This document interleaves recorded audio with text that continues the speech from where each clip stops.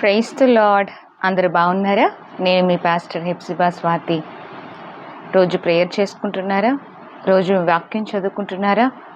ఎంతమంది ఉపవాసం ఉండి ప్రార్థిస్తున్నారు? దేవుడు మిమ్మల్ని దీవించునుగాక.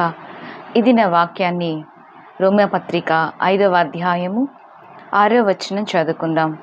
ఏలయనగా మనం ఇంకా బలహీనులమై ఉండగా క్రీస్తు యుక్త కాలమున భక్తిహీనుల కొరకు చనిపోయెను.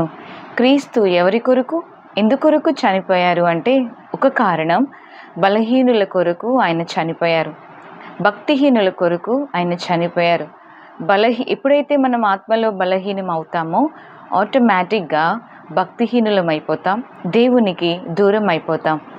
దేవుని దగ్గర బలంగా ఉండాలి అంటే మనలో ఉన్న బలహీనతలన్నీ కూడా పోవాలి. ఒక్కొక్కరికి ఒక్కొక్క బలహీనత ఉంటుంది.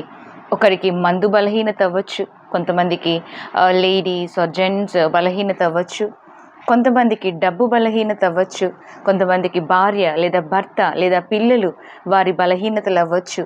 ఒక్కొక్కరికి ఒక విధమైన బలహీనతలు ఉంటాయి. దేవుడు అంటున్నారు, అలాంటి బలహీనుల కొరకే నేను చనిపోయానని. ఎందుకని అంటే మనమందరం కూడా రక్షించబడాలని, బలపరచబడాలని, దేవునిలో ఎదగాలని, దేవుణ్ణి తెలుసుకోవాలనే ఆయన ఆశ కనుక అందరి కొరకు ఆయన చనిపోయారు. ఇక్కడ ఒక మాట ఉన్నది ఏంటంటే, ఈ మాటను మనం గుర్తు చేసుకుందాం. బలహీనులమైన ఉండగా ఆయన మన కొరకు చనిపోయాను. ఇంకనూ అనే మాటను చూస్తాం.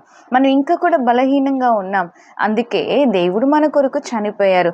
ఇప్పుడు చనిపోయారు కనుక మనమేం అవ్వాలి అంటే ఆయనలో మనం బలవంతులం అవ్వాలి, ప్రభువుని తెలుసుకొనాలి.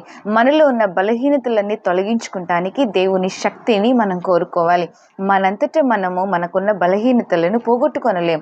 దేవుని సహాయాన్ని కోరుకోవాలి. ప్రభువా, నాలో ఉన్న ఈ బలహీనత, నాలో ఉన్న ఈ భక్తిహీనత మీరు తొలగించండి. మనకి శారీరక బలహీనతలు ఉంటాయి, ఆత్మీయ బలహీనతలు కూడా ఉంటాయి. రెండిటిని కూడా తీసివేయువాడు ప్రభువే. కనుక బలహీనతలు శారీరకంగా ఉంటే అడగండి ఆరోగ్యం కొరకు, లేదా ఇతరితర బలహీనతలు ఉన్నట్లయితే దేవుని దగ్గర సిగ్గుపడేదేమీ లేదు.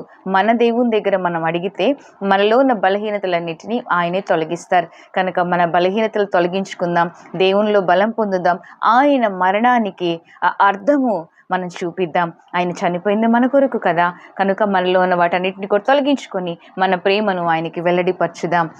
దేవుడు మీ కటి కృపను అనుగ్రహించునుగాక. God bless you. Praise the lord.